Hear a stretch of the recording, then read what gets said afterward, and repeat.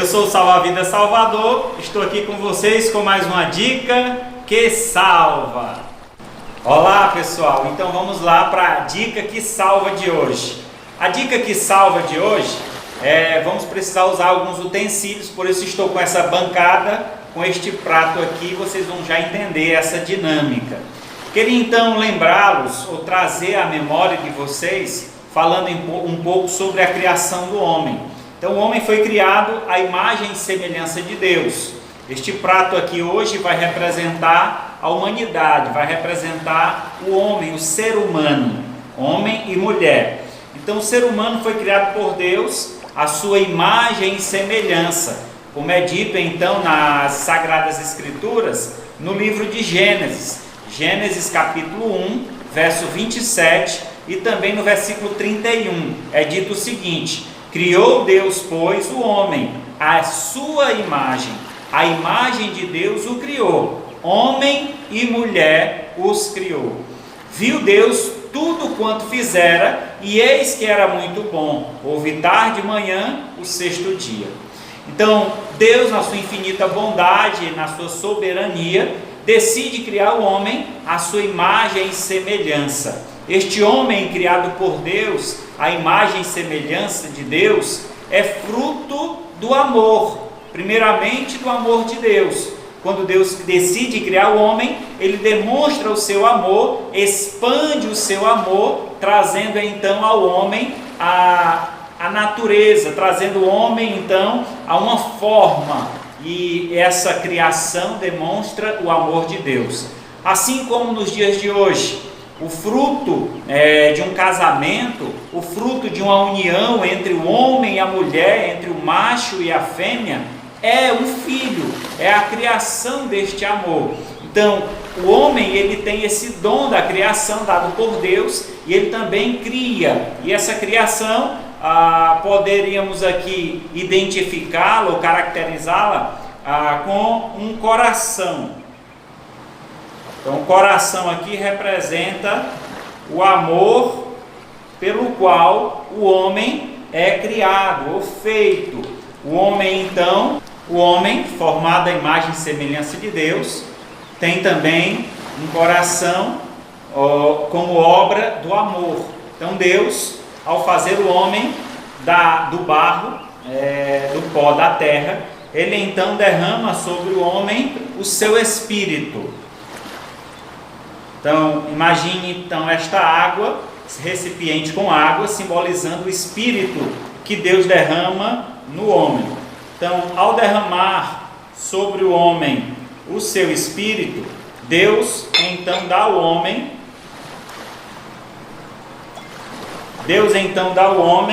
uma característica divina, porque o homem então passa a ser alma vivente.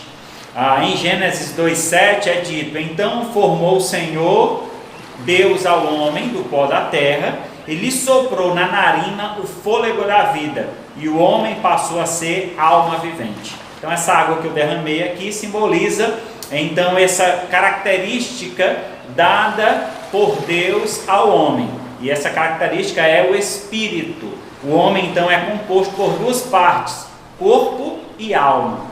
Então, alma ou espírito, como você assim preferir chamar, pois são sinônimas estas palavras. Então, o homem foi feito à imagem e semelhança de Deus, Deus colocou sobre ele o espírito, este homem é perfeito, mas infelizmente o homem veio a desobedecer às ordens de Deus. Deus havia então ordenado que o homem cuidasse do jardim e que havia um fruto no jardim, uma árvore no jardim, a árvore do conhecimento do bem e do mal, e essa árvore dela ele não deveria comer, e o homem infelizmente desobedeceu a Deus. Então trago para vocês agora esse vasilhame, que simboliza então o pecado.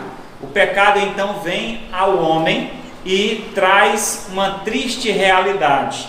Ele então mancha a imagem que Deus havia feito com tanto amor, tudo aquilo que estava antes tão belo e perfeito. O homem tem então seu coração manchado pelo pecado, e esse pecado justamente é a desobediência do homem para com Deus.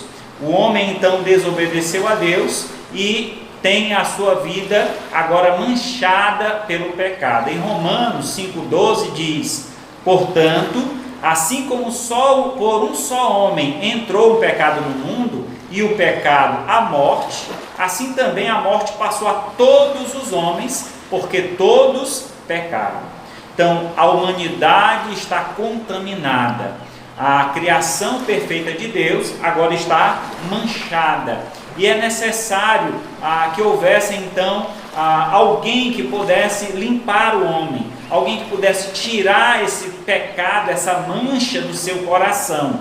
E o homem tentou por várias formas, criando então ídolos para o seu coração, mas isso não foi capaz de limpar o seu coração, trazendo de volta a pureza que foi dada por Deus. Então Deus, na sua soberania, decide enviar o seu Filho Jesus. Jesus veio ao mundo e temos então esse vasilhame vermelho para simbolizar o Filho de Deus. Jesus veio ao mundo e derramou o seu sangue por nós. Isso quer dizer que ele se sacrificou por nós, derramando o seu sangue. Em Mateus 26, 28 é dito: porque isso é o sangue da nova aliança, derramado em favor de muitos, para a remissão do pecado. Então, quando Jesus veio ao mundo, ele veio com esse propósito. Ele veio para derramar o seu sangue por nós. E quando o sangue de Jesus, então, foi derramado em nosso favor, houve, então, a grande mudança. O sangue de Cristo, que nos limpa de todo o pecado. Esse sangue é purificador. Este sangue, então, é o único capaz de limpar a alma do homem, o seu coração que está manchado pelo pecado. Veja só o que o sangue é capaz de fazer.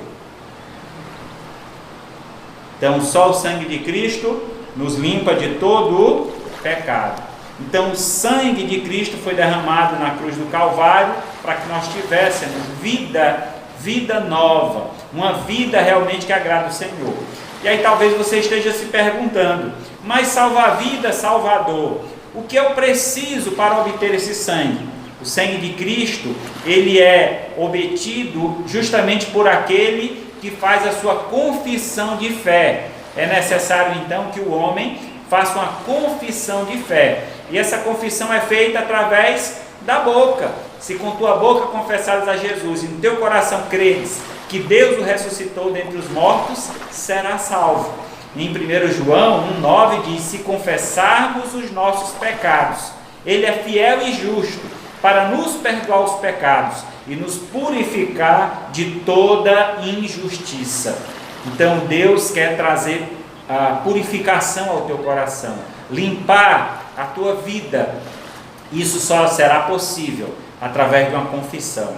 Confesse os teus pecados ao Senhor, arrependa-te dos teus pecados, das tuas atitudes, volte para o nosso Deus, porque Ele é rico em perdoar. E depois da confissão você vai provar uma vida nova em Cristo Jesus, como é dito lá em 1 Pedro 4,2: para que no tempo que vos resta na carne, já não mais vivais de acordo com as paixões do homem, mas segundo a vontade de Deus. Então a vontade de Deus é que nós sejamos santos assim como Ele é. A vontade de Deus é que o nosso coração seja limpo de toda impureza, que o pecado ele saia da nossa vida. E isso só será possível através do sacrifício remidor de Jesus. Meu amigo, você que ouviu essa dica e se encontra numa situação como essa, sem saber onde recorrer, sem saber como se livrar do pecado, das amarras do pecado, da mancha que o pecado causa na vida do ser humano, então confessa o teu pecado ao Senhor, confia nele e Ele fará toda a limpeza necessária e te dará uma nova vida. E só o sangue de Jesus é capaz de nos limpar e purificar de todo o mal. Então, entrega o teu caminho ao Senhor, confia nele e o mais Ele fará. Essa foi a dica de hoje. Fica com Deus e até a próxima, se Deus quiser. Tchau!